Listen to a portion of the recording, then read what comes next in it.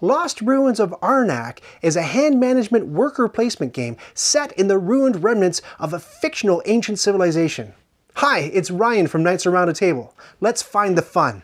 But first, a little this meets that.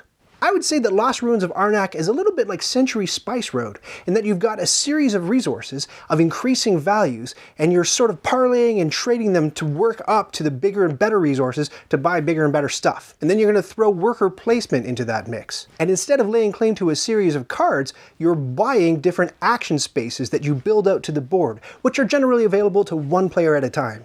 So we're going to sprinkle in that building feature that you'll find in Keyflower or Lords of Waterdeep. Except the difference here is that when you build something to the board, it's not assigned back to you, so when other people use that space, you don't get kickbacks or perks.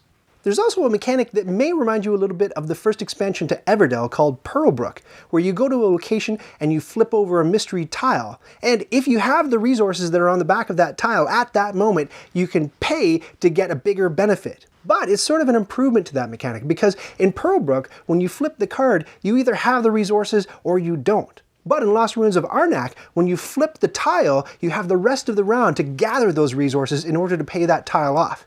So I think the mechanic works better in Lost Ruins of Arnak. You know, it just gives you a little bit more breathing room and it's less do or die. Now, I usually don't review new games because I generally like to have a big pile of plays behind me to draw from. I've played Lost Ruins of Arnak at the 2, 3, and 4 player counts, and you can also play the game solo, but I haven't tried that yet. So could there be serious game-breaking flaws that I haven't noticed? Absolutely. Regardless, let's take a look at what's fun and what's not. Fun!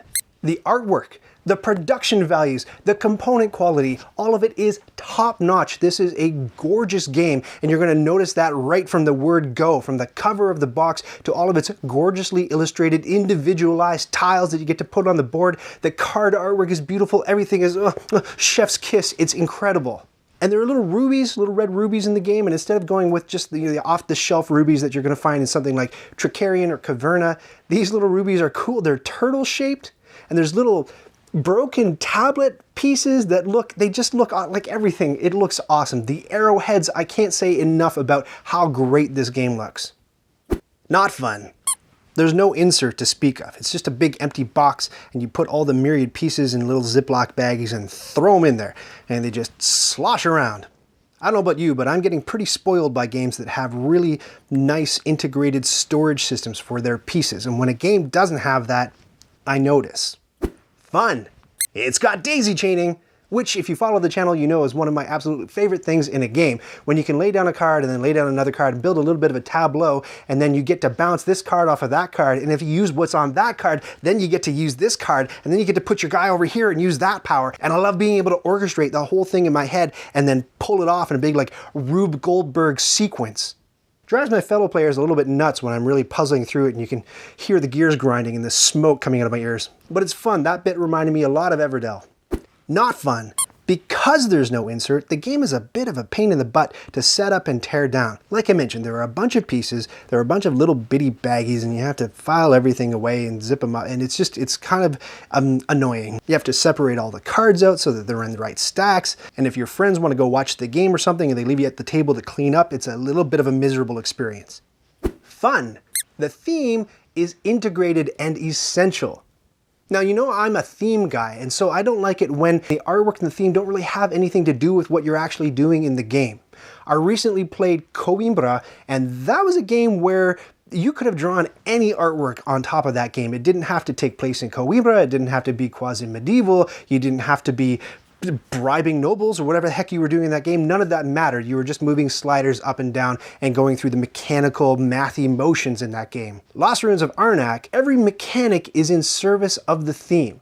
You are uncovering unknown secret lost temples by turning over tiles, so there's a mystery there. You never know what you're going to get. And each of those tiles has this sort of prehistoric, dangerous guardian, and you don't know what's coming out there. And then you've got a whole sort of research track that you're working your way up through and discovering clues in order to find this big temple that's just loaded with points, whatever that is, that's gold or fame or whatever you're working towards. But it all works and it all gels really nicely together. Sure, if you were creative, you could slap other themes on it, but it was great in that it felt like the things I was doing were in service of the theme that they chose for the game. It's also one of those games where the artwork and the icons were really cleverly chosen, and on their own, they tell a bit of a story. So for example, there's this gigantic spider guardian that's very, very scary to fight. But once you defeat that spider guardian, it lets you get rid of a card from your hand. And the card you get rid of is probably going to be a fear card. So I think it's pretty neat that once you conquer the spider, you're kind of conquering your fear. There are a bunch of other guardians that stand in for planes and boats and cars, which sounds kind of weird until you figure out, wait a second, if I defeat this prehistoric hippo, and then one time somewhere in the game it acts as a car, thematically that means I'm riding the prehistoric hippo. How cool is that?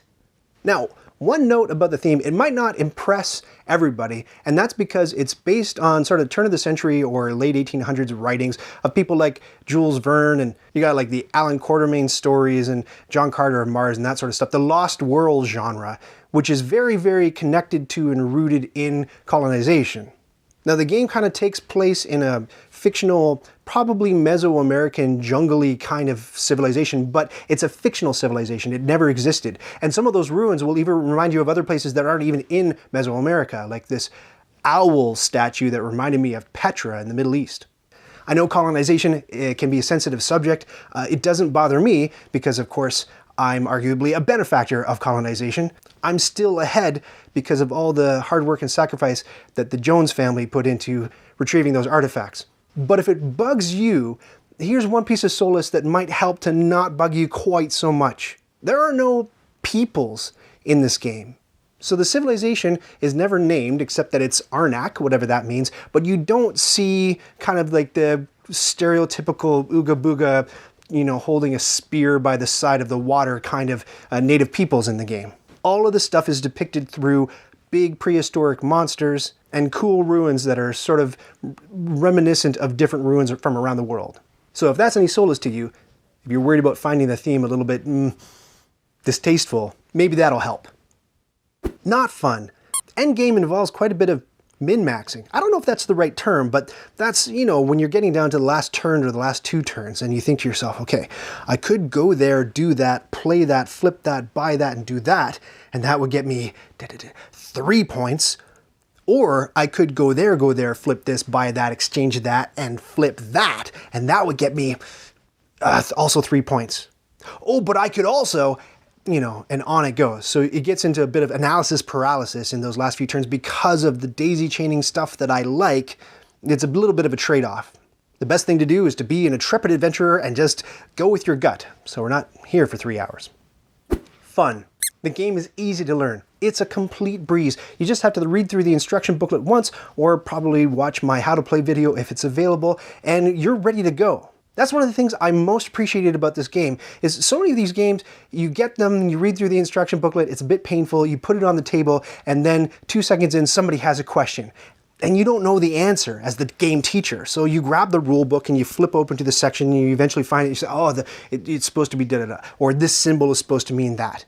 And you kind of spend your entire evening, that first play, you know, with your head in the rule book. So you can't play and people are frustrated because you don't know the answers, but there's so much to know. Lost Ruins of Arnak doesn't do that to you. There was one symbol that we didn't understand. We were quickly able to find out what it meant, and then for the rest of it, just the UI disappeared and we were able to just play and enjoy the game without any questions. That might not sound like much, but these days I think that is quite an impressive accomplishment. Not fun. There's nothing particularly novel about Lost Ruins of Arnak. The mechanics, as I mentioned off the top, you've seen before in other games. You've seen this theme before in games like Lost Cities and in movies like Raiders of the Lost Ark. You've seen deck builders, you've seen worker placements, maybe you've even seen games that combine those two, so it's not doing anything particularly new. And if you are addicted to novelty, it might be a bit of a ho-hum experience for you. So let's find the fun in Lost Ruins of Arnak, where fun is represented by jacks, and not fun is represented by heralds.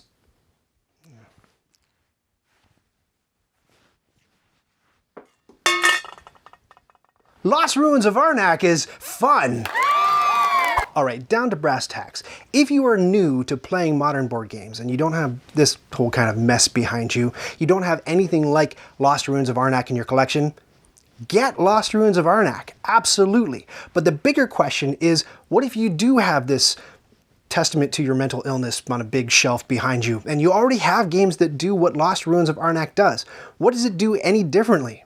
Well, let me tell you, it gets out of your way differently than I think any game you own. The experience is smooth like butter. You can tell that this thing was play tested and produced within an inch of its life so that there were no questions about what tiles did, about what cards did, about what happens when I go here, when I buy that. It's so beautiful how the rules just take a complete backseat to you just having fun with the game. How great is that? It's also, I think, very fluffy. It's like a popcorn game. It's like the summer blockbusters that it strives to emulate. But you know what? I don't think there's anything wrong with that. Schindler's List, that's right, I said Schindler's List, is a great movie, and I don't think too many people would argue that. It's an important movie, and it's crucial viewing, and it's an incredible cinematic experience. But it's not always the thing that you're gonna pull off the shelf on a Friday night for fun with your friends. You know what I'm saying? So Lost Ruins of Arnak may not be a crucial game or a groundbreaking game, but this is not Find the Groundbreakingness. This series isn't called Find the Crucial. This is called Find the Fun. And my friends, Lost Ruins of Arnak is fun. If you want to see more reviews like these, let me know, like and subscribe, comment down below, and tell me if you want more Find the Fun segments. Please consider supporting me by joining my crew on Patreon. Head on over to patreon.com/knightsaroundatable and consider making a small or large financial contribution to the cause. Don't make me go questing for it in snake-infested ruins. Thanks for watching. See you in the next one.